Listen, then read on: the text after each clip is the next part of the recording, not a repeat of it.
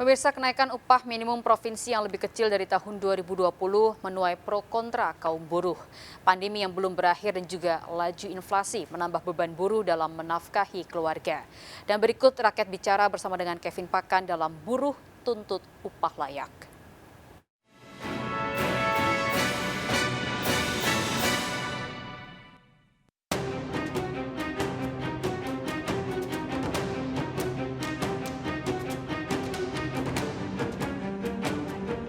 Pemprov DKI Jakarta akhirnya mengumumkan kenaikan upah minimum Provinsi DKI Jakarta tahun 2022. UMP DKI Jakarta naik sekitar Rp37.000 menjadi Rp4,453 juta. Jika dipresentase, kenaikan ini kurang dari 0,85% dari UMP tahun lalu, Rp4,416 juta. Meski menempati peringkat atas untuk upah tingkat nasional, UMP DKI Jakarta mengalami penurunan. Tahun 2020 kenaikan UMP DKI Jakarta lebih besar, 3,27%, atau sekitar Rp194.000. Dari Rp3,94 juta menjadi Rp4,267 juta. Pemirsa, di balik kenaikan upah minimum Provinsi DKI Jakarta dengan presentase sepertiga dibandingkan tahun sebelumnya, kebijakan Pemprov DKI Jakarta ini menuai pro dan kontra. Lantas bagaimana kaum buruh atau kaum marginal menanggapi kebijakan baru ini? Di wilayah DKI Jakarta, kantung buruh terbanyak, salah satunya berada di kawasan industri Pulau Gadung, Jakarta Timur. Lukman Rifai, seorang buruh yang saya temui, sehari-hari bekerja di pabrik plastik di kawasan industri ini. Lukman mengaku kewalahan untuk menutupi kebutuhan hidup keluarganya. Pasalnya, Lukman adalah tulang punggung keluarga dituntut menafkahi istri dan ketiga anaknya. Sementara sang istri adalah ibu rumah tangga. Untuk kebijakan Pemprov DKI saat ini yang telah menaikkan UMP hanya sebesar Rp37.000 ya, kalau kita bandingkan dengan tahun sebelumnya, ini sangat menyulitkan, Mas. Kenapa kita bilang sangat menyulitkan? Karena ini jauh dari kata cukup. Karena apa? Seiring berjalannya berganti tahun, kita belum ganti tahun aja harga sembako itu kan udah naik. Ternyata nominal angka yang kita harapkan untuk kenaikan tidak sesuai. Malah jauh, sangat jauh dari yang kita harapkan.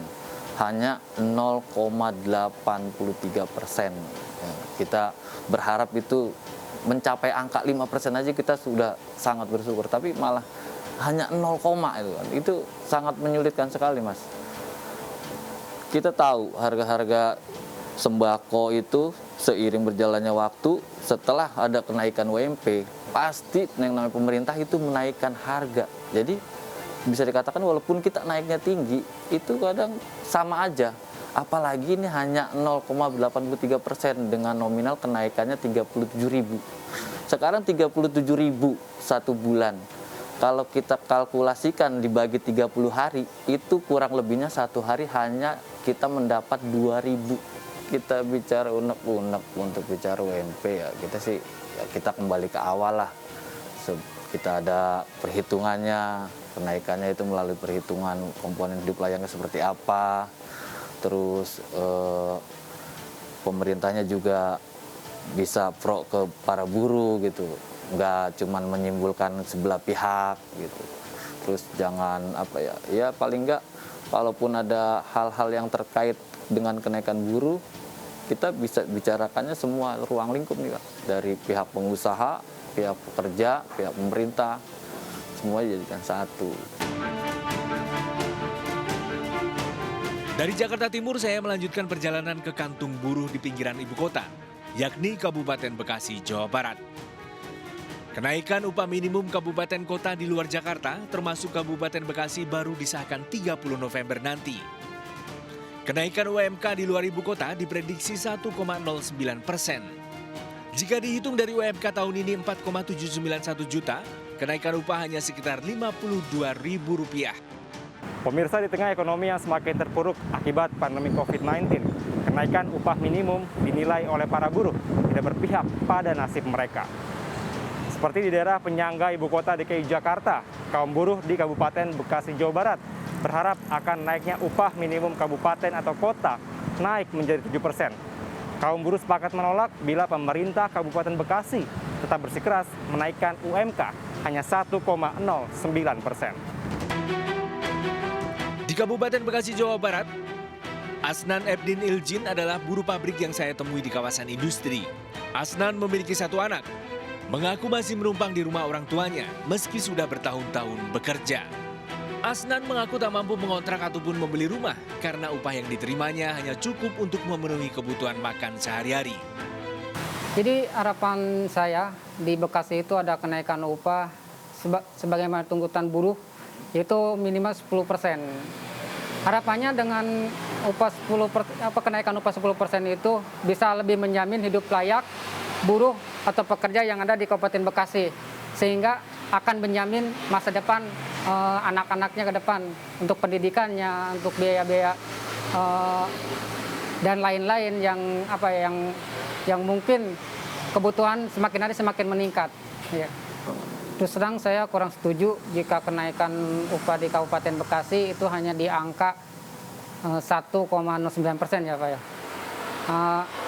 Karena kalau kenaikan hanya 1,09%, berarti kenaikannya itu lebih rendah dari inflasi yang ada di Kabupaten Bekasi. Sedangkan Kabupaten Bekasi yang kita tahu adalah kawasan industri terbesar di Asia Tenggara. Jika nilainya kenaikannya hanya 1,09%, yaitu mimpi buruk bagi buruh Bekasi. Jika tuntutan kita tidak dipenuhi oleh pemerintah yang punya kebijakan, mungkin solusinya apa? Kita bikin di rumah mungkin mungkin kita cari sampingan, bikin usaha dan sebagainya. Karena apa? Kalau kita mengandalkan upah dari kalau kita hanya mengandalkan upah buruh itu yang upahnya minim, mohon maaf, kita tidak mencukupi kebutuhan kita dalam 1 bulan. Pemirsa, pandemi COVID-19 berdampak luas kepada sektor perekonomian di tanah air, di mana para pengusaha sudah memasuki fase pemulihan, namun tidak dapat memenuhi kebutuhan untuk memberikan upah minimum para buruh di atas 7%. Sementara itu, para buruh menginginkan adanya upah yang layak untuk memenuhi kebutuhan mereka. Tentu kebijakan kenaikan upah ini tidak bisa menyenangkan seluruh pihak, namun yang pasti dalam hal ini, pemerintah sebagai pemegang keputusan bisa bersikap secara adil kepada seluruh pihak, baik para buruh maupun para pengusaha. Demikian Rakyat Bicara pekan ini bersama saya Kevin Pakan dan juru kamera Harinta Kurniawan dan Ade Suryananda. Sampai jumpa pekan depan.